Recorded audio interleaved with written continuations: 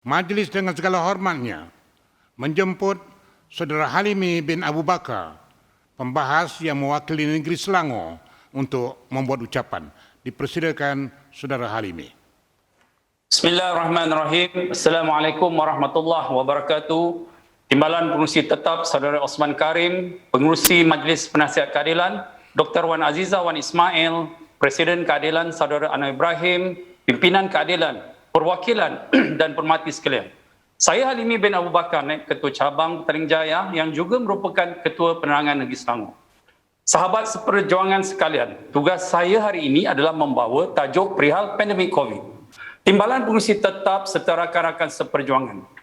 Di kala negara dilanda pandemik COVID, tahukah anda Selangor merupakan negeri terkehadapan mendahului negeri lain bagi berusaha menangani wabak ini.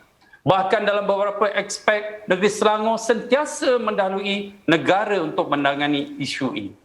Selangor telah mengorak langkah pertama dengan menubuhkan jawatankuasa khas bagi menangani COVID-19 ini dengan diketuai oleh mantan Menteri Kesihatan Malaysia, Datuk Seri Dr. Zulkifli Ahmad bersama beberapa orang profesional di dalam jawatankuasa ini. Kerajaan Negeri Selangor juga telah mendahului Kerajaan Persekutuan dengan melancarkan digital tracking sistem terdahulu yang dikenali sebagai Selangkah, manakala Kerajaan Persekutuan menyusul selepas itu dengan sejahtera. Dengan aplikasi Selangkah ini juga, ianya dapat mengesan mangsa jangkitan COVID dan kontak rapat mereka. Di samping itu, setiap kali saringan dibuat, keputusannya akan diperolehi dengan lebih cepat lagi. Selangor juga telah melancarkan program khas bantuan COVID-19 dengan peruntukan sebanyak RM250 juta bagi membantu rakyat yang terkesan semasa PKP sebelum ini. Untuk mengetahui rakan-rakan semua, banyak program-program atau bantuan yang disalurkan kepada rakyat Selangor. Antaranya, peniaga-peniaga kecil yang berlesen pada tahun lepas dibantu dengan sumbangan RM500. Begitu juga pada tahun ini, peniaga-peniaga di Bazar Ramadan juga diberi sumbangan sebanyak RM500. Tajaan perjalanan pulang mahasiswa, bantuan pada sistem CAC dengan persediaan tempat, persediaan makanan kepada petugas barisan hadapan dan juga bantuan kepada barisan hadapan yang menghantar anak-anaknya ke taska. Satu lagi kejayaan besar Kerajaan Negeri Selangor adalah melancarkan saringan ujian COVID percuma di setiap 56 don di dalam negeri Selangor secara percuma. Dan tahun ini merupakan tahun kedua yang dilakukan serta mendapat sambutan yang menggalakkan dari rakyat Selangor. Tujuan ujian ini dilakukan adalah bagi mengesan terlebih dahulu sekiranya mereka menghadapi jangkitan ini terlebih awal lagi, dan ini jugalah merupakan antara penyebab negeri Selangor dicatat sebagai kes tertinggi di negara ini selain daripada faktor bilangan penduduk dan jumlah kawasan industri yang begitu banyak. Semalam, kali ketiga Kerajaan Negeri Selangor mengadakan ujian saringan ini. Sekali lagi di kawasan-kawasan yang dikenal pasti jumlahnya yang tinggi dalam ujian tempoh hari.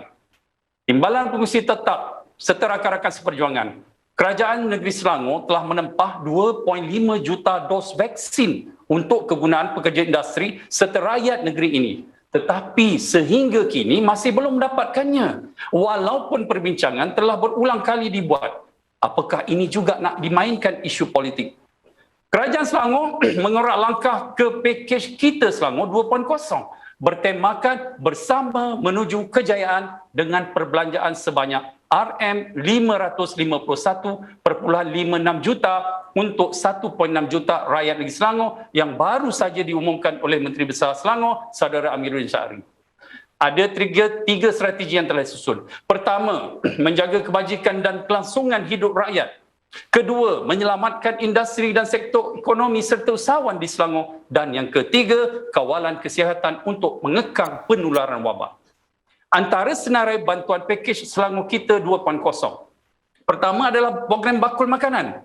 Yang kedua, bantuan kewangan pesakit COVID yang meninggal dunia. Yang ketiga, bantuan khas RM500 untuk OKU.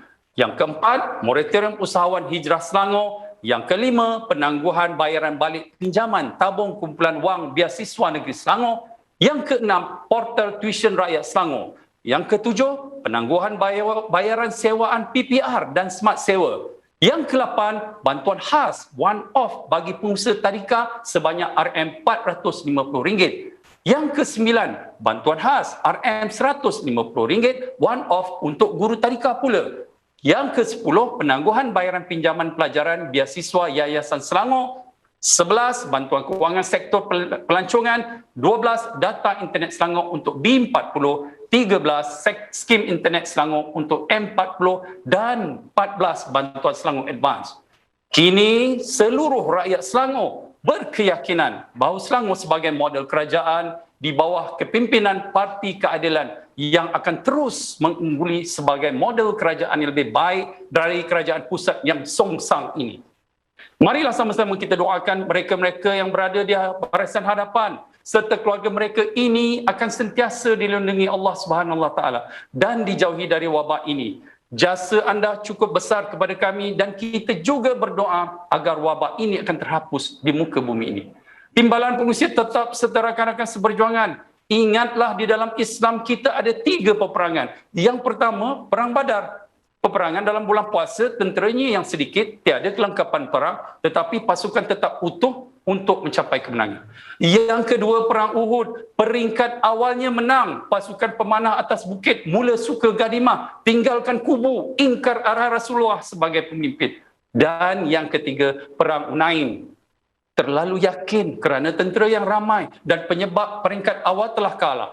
Akhirnya kumpulkan sahabat-sahabat komited dan berkualiti untuk terus berperang dan menang. Inilah antara iktibarnya dari perang yang berlaku. Kita perlukan pemimpin-pemimpin dan ahli-ahli yang berkualiti serta komited dalam perjuangan. Jangan syok sendiri antara kita, gaduh antara kita, terlalu berprasangka antara kita. Akhirnya musuh mengambil kesempatan dari ruang yang ada ini. Dengan ini saya selaku wakil pembahas bagi negeri Selangor menyokong ucapan dasar Presiden Parti Keadilan Rakyat Saudara Anwar Ibrahim.